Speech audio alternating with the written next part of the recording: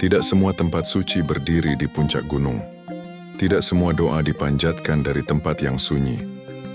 Di Surabaya, ada sebuah kelenteng yang justru menghadap laut. Di sana, angin asin ikut mendengar doa. Debur ombak menjadi irama. Dan patung Dewi berdiri, mengawasi manusia dengan wajah yang tidak menghakimi. Namanya Kelenteng Sanggar Agung.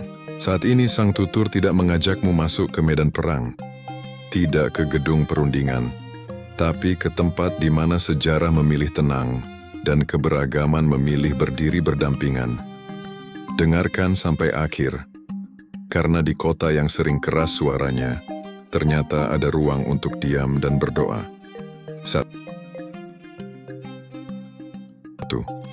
Kelenteng yang relatif muda, tapi tidak dangkal. Kelenteng Sanggar Agung berdiri sejak 1999. Jika dibandingkan bangunan-bangunan tua Surabaya, ia tergolong muda, namun usia tidak selalu menentukan kedalaman. Dikenal juga dengan nama Kelenteng Hong Santang, tempat ini menjadi rumah ibadah umat Tridharma, Buddha, Tao, dan Konghucu. Di kota pelabuhan yang sudah ratusan tahun akrab dengan perbedaan, Sanggar Agung hadir bukan sebagai simbol kekuasaan, melainkan ruang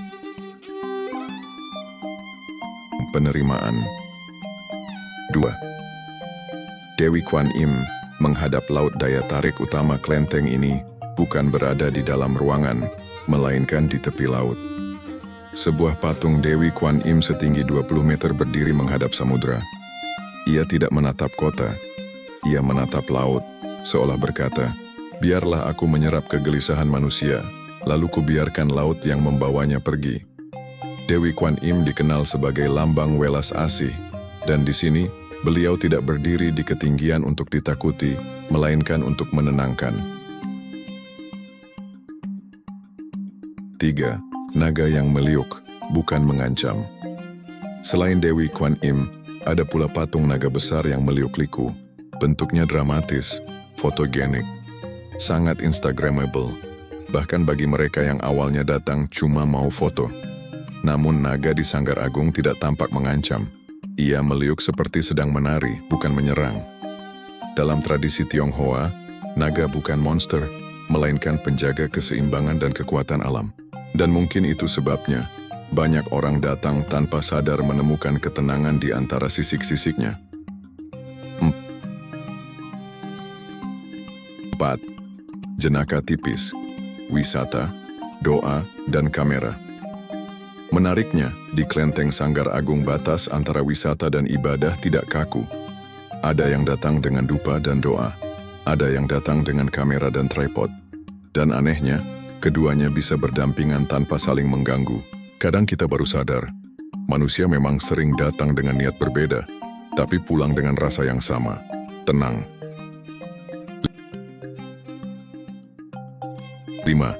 Lokasi, waktu, dan kesederhanaan yang terbuka. Kelenteng ini berada di JKL, Sukolilo nomor 100, Surabaya, Jawa Timur. Ia terbuka untuk umum dari pukul 7 pagi hingga 8 malam. Tidak ada pagar tinggi yang mengintimidasi. Tidak ada keheningan yang memaksa. Hanya ruang, laut, dan waktu yang melambat. 6. Sanggar Agung dan Surabaya yang multikultural. Surabaya sering dikenang sebagai kota perlawanan, kota teriakan, kota keberanian. Namun Sanggar Agung menunjukkan sisi lain, Surabaya sebagai kota perjumpaan. Disinilah doa Tionghoa berdampingan dengan angin laut Jawa. Disinilah budaya tidak saling meniadakan, melainkan saling mengisi. 7. Kelenteng yang tidak mengajak berdebat. Kelenteng Sanggar Agung tidak mengajak orang berdebat soal keyakinan. Ia hanya berkata pelan, "Duduklah sebentar, dengarkan ombak, tenangkan pikiranmu." Dan bagi kota sebesar Surabaya, itu bukan hal kecil. Pesan moral Sanggar Agung mengajarkan kita bahwa kekuatan sejati bukan hanya tentang keberanian melawan, tetapi juga kemampuan untuk menenangkan diri. Bahwa toleransi bukan slogan besar, melainkan praktik kecil yang dilakukan setiap hari. Dan bahwa di tengah dunia yang bising, kadang yang paling kita butuhkan adalah tempat di mana doa boleh menghadap laut. Terima kasih telah mengikuti kisah ini bersama Sang Tutur. Semoga cerita tentang Klenteng Sanggar Agung menjadi pengingat bahwa sejarah, budaya, dan spiritualitas bisa hidup berdampingan dengan damai. Terus ikuti channel Sang Tutur, karena masih banyak sudut kota yang menyimpan ketenangan, menunggu untuk dituturkan.